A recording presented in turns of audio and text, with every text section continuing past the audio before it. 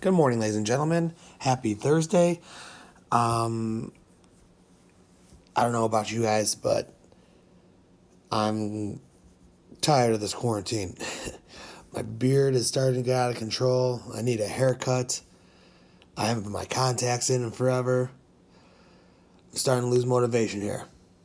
All right, this is hard for everybody, but we got to keep trucking, right?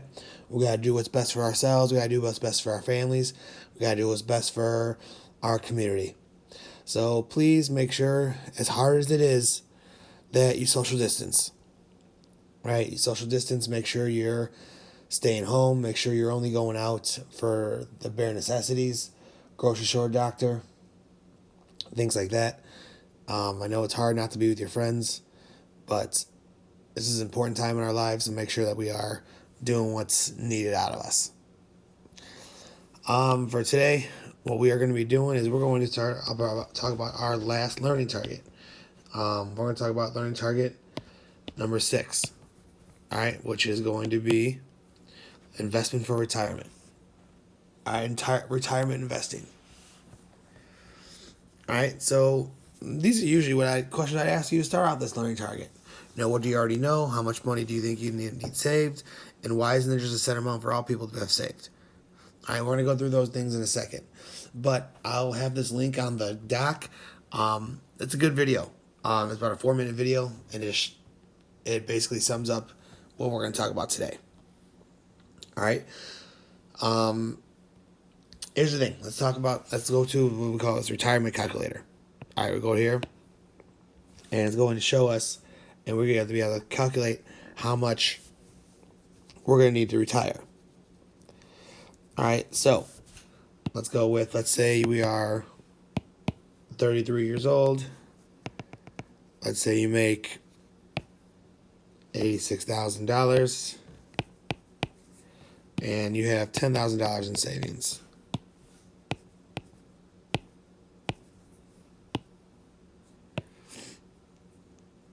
All right, so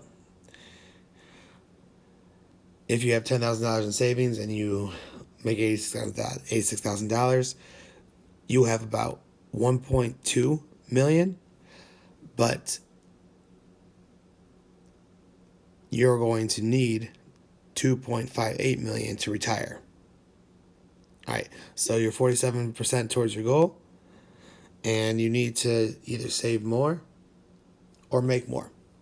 All right, because to live the lifestyle that you want, or that you're going to be accustomed to, you're going to need $2.58 million to retire comfortably. All right, if we go back to here, let's see, 22, 55,000, and 2,000. All right, so we'll say we're 22 years old.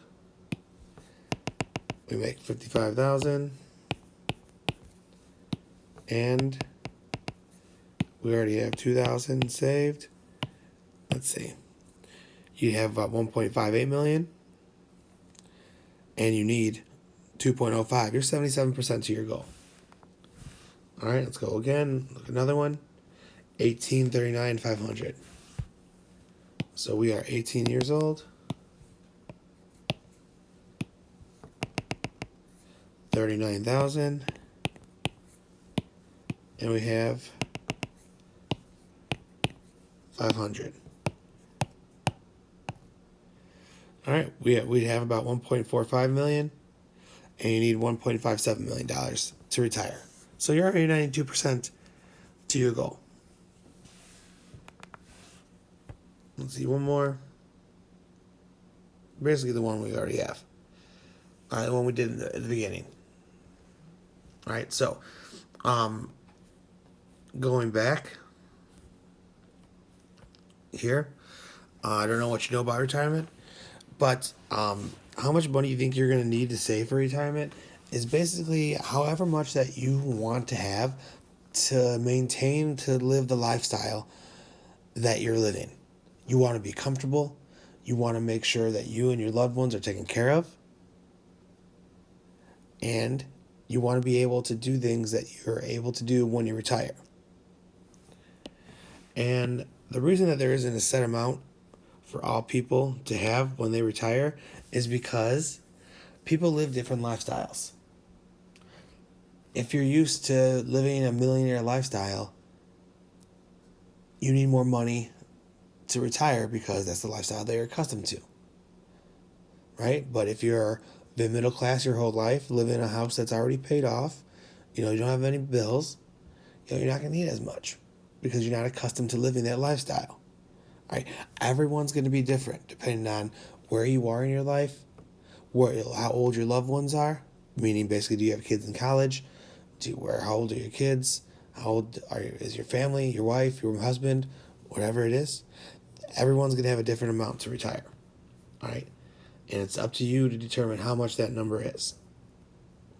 All right. When talking about investing for retirement, we're going to talk about basically 4 accounts.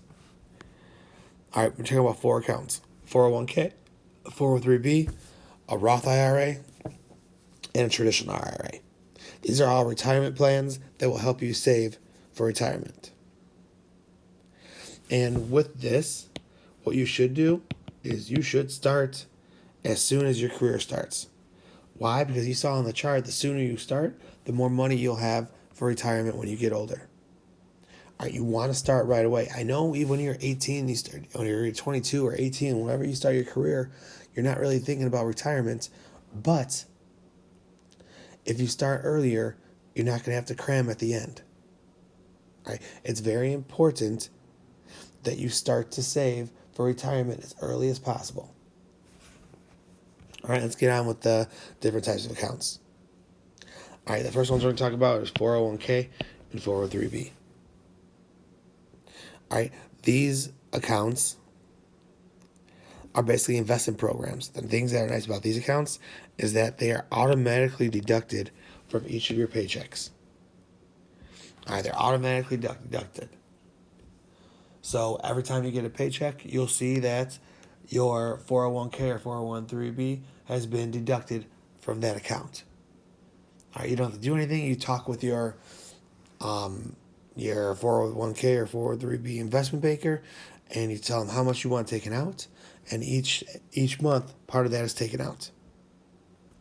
All right, what happens is your investment banker will then put your money in the stock market. All right, you're going to get a choice whether you want to be risky, you want moderate, or you want conservative.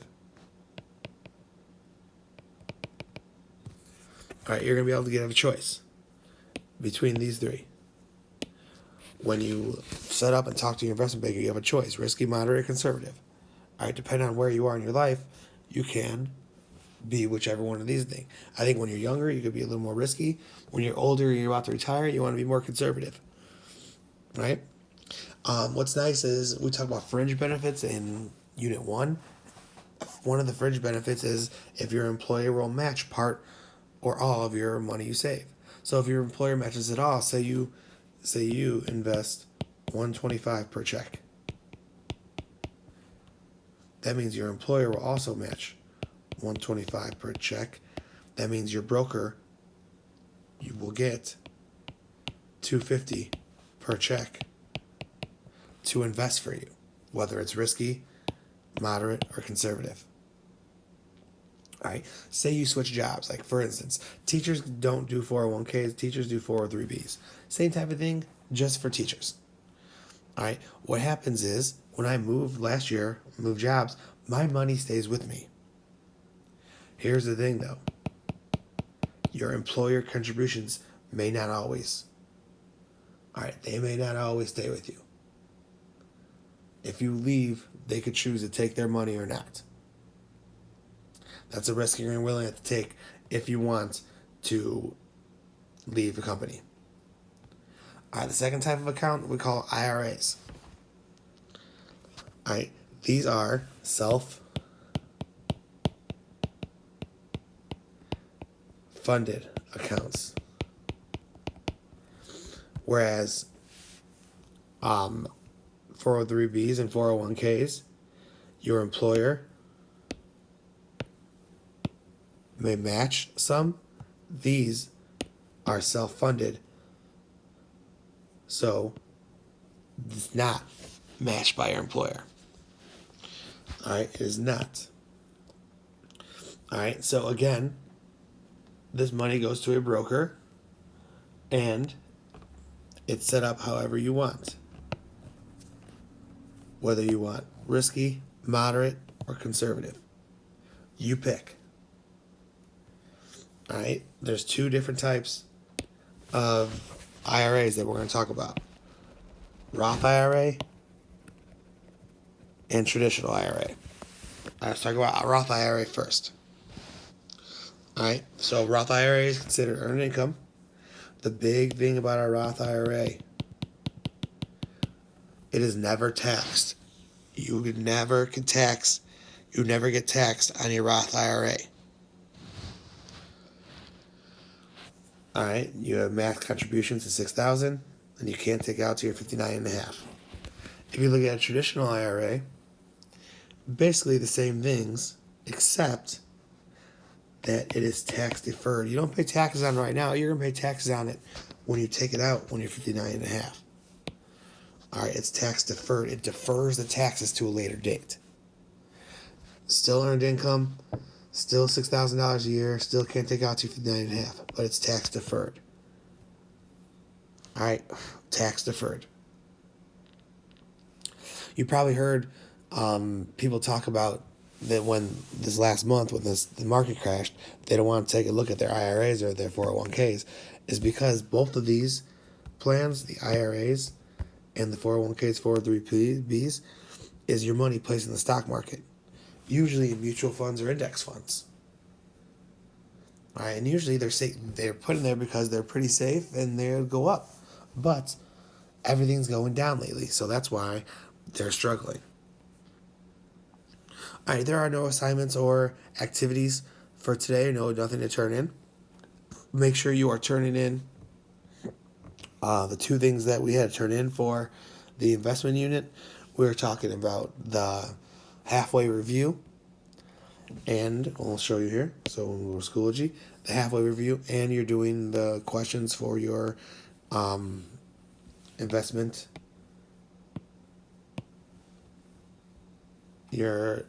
math questions. So investments, make sure you're turning in things in the assignments, halfway review, and build your own investment problem. If you haven't turned in stock stations yet, please turn it in. If you haven't turned in any other project, please turn it in so I can give you that grade for it. Obviously, make sure you're going and doing how the market works to keep up with the stock market, and so hopefully you win some cash.